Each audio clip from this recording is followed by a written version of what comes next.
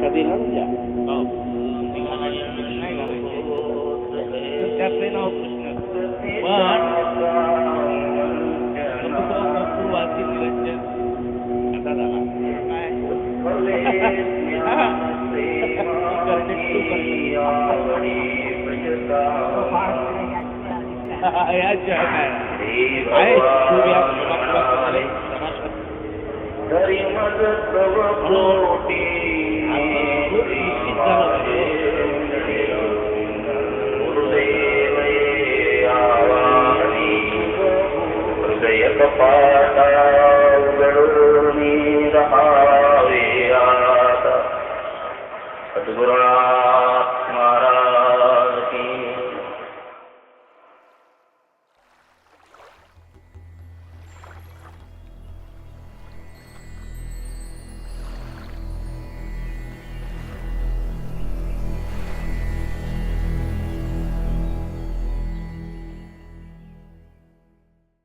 Saints are a glorious and divine tradition, an embodiment of the fully developed and supremely auspicious form of human life. That is what a saint is. This tradition of saints has existed for a very long time. Their ancient purpose has been to ensure that there is a balance in the universe and to guide humans onto and through the path of divinity. Divine saintly lives have walked across every part of this vast land of ours, illuminating the world with their presence. Trying to fathom the depths of the ocean of a saint's life, witnessing the long and vast scope of their field of work, is not as easy and straightforward as it initially seems. But because the purity and nobility of a saint's life is the true and spiritually supreme ideal for society, it is our duty to study and learn from their lives. Saint Baba Maharaj Arvikar is a crown jewel of our devotee, completely immersed in the love of Sri Krishna. With a calming and powerful persona, Saint Baba Maharaj Arvikar's expression was earnest and contemplative, yet always touched with a gentle smile.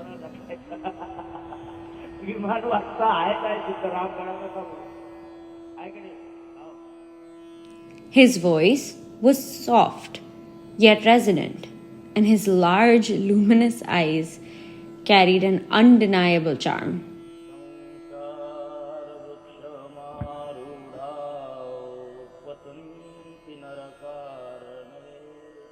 Tall and well-built, Baba wore a spotless white lungi and a flowing, pristine upper cloth. At times, he would wrap a pearly white cloth around his head.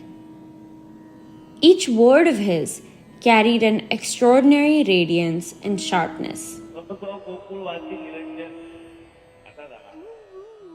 His manner of speaking was extraordinary, and as he spoke, there was a radiant and divine aura about him, which would leave everyone spellbound, as though they were struck by a celestial enchantment.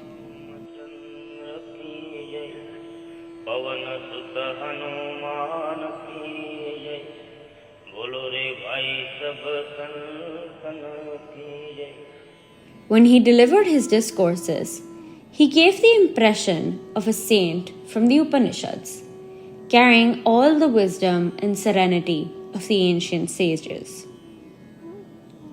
A natural posture, an upright and steady back, a serious and wise face, radiant eyes, and a reassuring voice with an effortless delivery of words, always achieving the intended impact. His voice had a mesmerizingly melodic quality to it.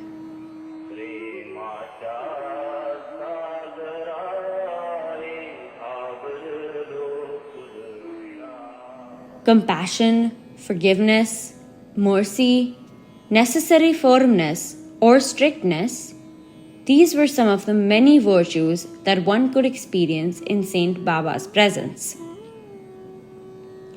When it came to work, however small the task, he ensured it was done with precision and order. I will do it.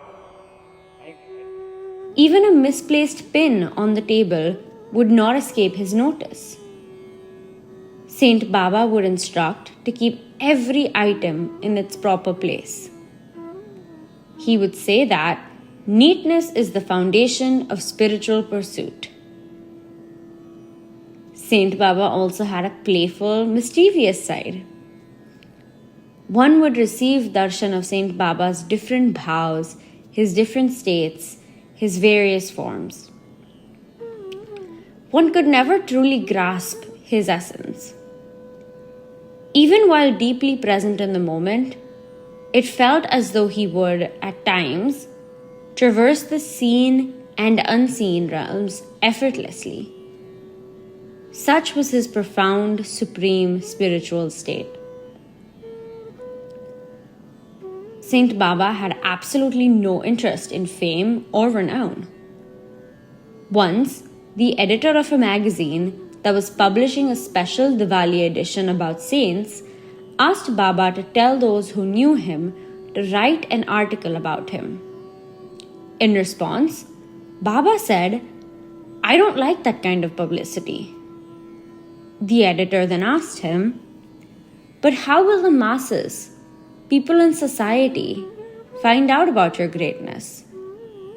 It is for that purpose that we publish about the life of a saint every year. Baba simply said, "Those who are mine will undoubtedly come to me.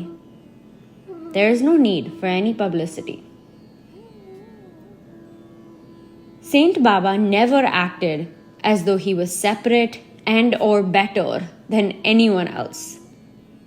His demeanor did not include loud indicators of being a saint, a guru, or anything like it.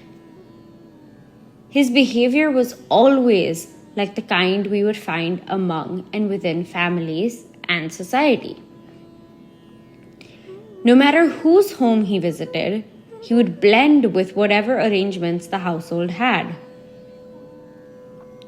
He would enjoy the sweet dishes made and served in the home of a well-off family just as much as he enjoyed sharing a plate of leftovers in poorer homes, which he would quietly find by himself without anyone needing to offer it and then eat it with everyone.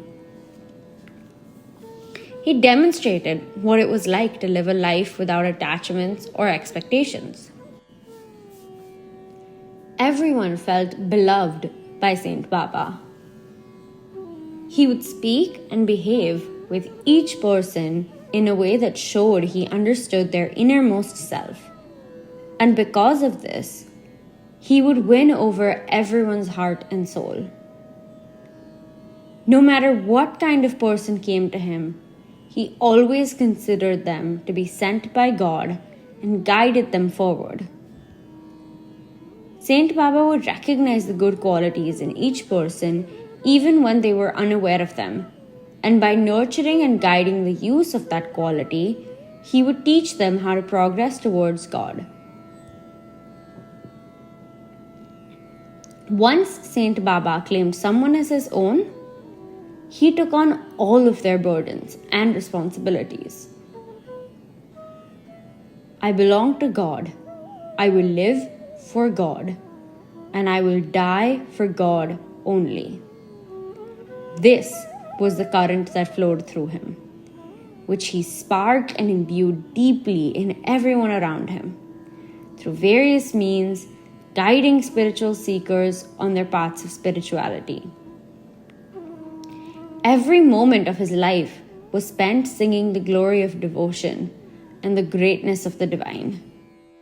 This great soul was born in the sacred land of Vidarbha, in the town of Arvi in the Wardha district, on the auspicious day of Shravan Shuddha Chaturdashi in the Hindu Shake 1847. That is, on August 3rd, 1925. His worldly name was Moreshwar Prabhakar Joshi. Arvi is a land of great and noble people. It has had a continuous and unbroken tradition of saints for the past 600 years. It was in this ancient and spiritually rich town that the saintly legacy manifested through divine influence in the year 1925. The glorious traditions of Saint Jnaneshwar and Saint Eknath have manifested, becoming deeply connected to this village. The 200-year-old idol of the famous saint, Saint Sri Maibai, is considered to be an embodiment of both these divine traditions. Saint Maibai has also had a great influence and connection with Saint Baba's lineage and family. They were so close, in fact, that it is widely believed that the Joshi family itself is a divine blessing bestowed through Sri Maibai's grace.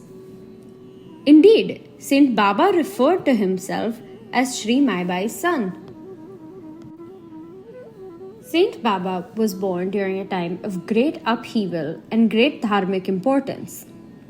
In that year, a vibrant awakening of spiritual thought and religious consciousness had begun to stir actively in Arvi. Society had begun to see every religious act as a grand festival revealing the richness of the Vedas. Processions, devotional singing, and similar events were celebrated with great enthusiasm, almost like a flood of joy. Saint Baba's father, Sri Prabhakar Pandurang Joshi, was a very virtuous devotee of Lord Dattatreya. He had studied till the state of Samadhi Yoga. He was very fond of Saint Baba.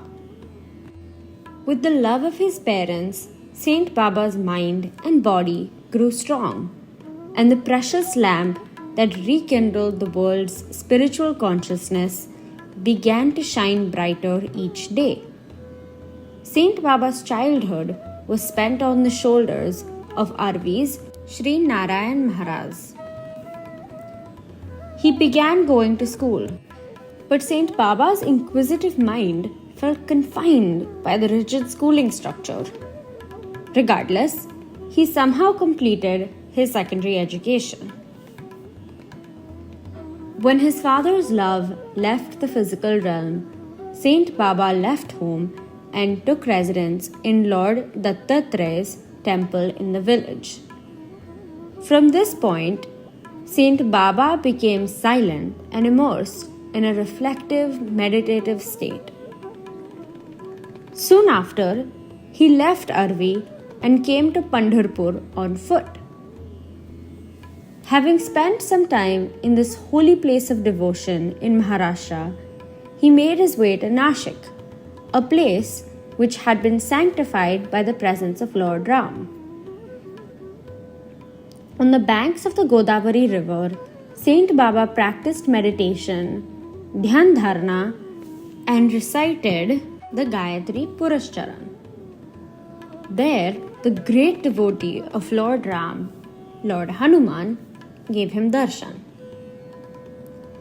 Later, when he went to Nagpur, he met Swami Sitaram Maharaj and Gauri Shankar Maharaj. From Nagpur, he went to Omkareshwar. There, a great saint named Yati Maheshwarananda nurtured Saint Baba while continuously engaged in his supreme Unmani state for 3 months. After that, he set out for Vrindavan.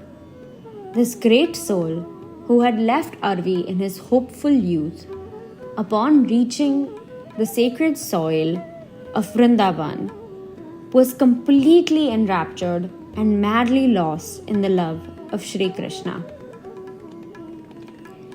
Upon hearing the sweet sound of Lord Krishna's flute in the rippling waves of the Yamuna and the lanes of Vrindavan, Saint Baba was left utterly captivated. In this land of love, Saint Baba was submerged in thousands of streams of devotional love. Show me my Shyam. Without him, I am a beggar in this world. Life cannot bear this separation. This cruel fate is poison. With such a heart overflowing with love for Sri Krishna, Saint Baba spent quite some time immersed in the joys of bhakti in Vrindavan. After this, he turned towards Uttar Kashi. He completed pilgrimages to Kapaleshwar, Pashupateshwar, Badrinath, Kedarnath, Jagannath Puri, after which he embraced the pledge of welfare coming from devotional love from the temple of Chaitanya Mahaprabhu and turned back towards Maharashtra. During this journey, he made a detailed observation of ashrams, murts, akhadas, and various forms of worship. He also stayed at Mahatma Ji's Sevagram ashram and with philosopher and freedom fighter Vinoba Ji. Returning from there, he stayed in Arvi for a year and then went to the Samadhi of Sri Kanifnath in the Nagar district, spending time in the sacred land of the Nath Yogis. He then visited Ambazogai and Parari Vaijanath, making his way to Gangapur. He stayed in the sacred land of Lord Dattatreya for 6 to 8 months. Once he arrived at Akkalkot, the home of Sri Swami Samartha, his journey came to its completion. Thereafter, guided by Swami's blessings, this saint, who is an avatar, an incarnate of the Lord himself, within the Nath tradition, arrived at the village of Matsnur in the district of Solapur. It was in the year 1954 that Saint Baba's footsteps first fell on the sacred land of Matsnur. Very quickly, devout souls from various villages began to gather around him. The Yog Bhakti filled life of Saint Baba became a center of attraction for many devotees. For the seekers who, drawn by the love of inner bliss, renounced worldly pleasures and embarked on the path to behold the Supreme Being, and even for the aspirants living within worldly or domestic life, yearning to receive his darshan, Saint Baba wanted to create a space where they could find calm for their spiritual practice, at least for some time. So he established the Mokshadam Ashram in Matsnur as a sanctuary of peace and solitude. Free from divisions like caste, religion, sect, the foundation of this sanctuary is one of an all-encompassing or Sarvatmak Shri Guru, and simplicity its specialty. There, a Sadhana Saptaha Mahautsav is organized every year during the Hindu month of Margashirsha. This Mahautsav included devotional programs for everyone, including collective dhyan or meditation and prayer. Saint Baba says, the peaceful waves of past virtuous moments or punya awaken within the sacred space of Sadhana Saptaha, and the mind once again experiences that time's experience of divinity. This is the true state. Pure souls who were once awakened in a previous birth by the divine bliss of God have now, whether for a moment or more, fallen into forgetfulness. Sadhana Saptaha, without them realizing, clears this delicate veil of forgetfulness and guides the souls back into the city of divine bliss. This is the great work accomplished by this Saptaha. Through his discourses, Saint Baba presented ideas on the path of spirituality in a new manner, blending the scriptural and the scientific. Through his brilliant words and teachings, Baba awoke and shook the social consciousness among the masses, which had previously been paralyzed by mistaken beliefs and prevalent customs. He traveled to various villages in Maharashtra, clearly presenting ideas regarding the dharma and spirituality of Bharat. In 1962, after establishing the institution Santa Dharma Prasarak Mandal, Saint Baba presented a direct program of the fourfold purification of domains. He provided a detailed and illustrative explanation of how to use the four Shakti elements of humans, Mana, Buddhi, Chitta, and Ahankar, for the purification of the four centers of Shakti at the societal level: the pilgrimage site, educational spaces, family, and the village. In 1968, Saint Baba launched the quarterly magazine Sangati to circulate all of these thoughts through a literary platform.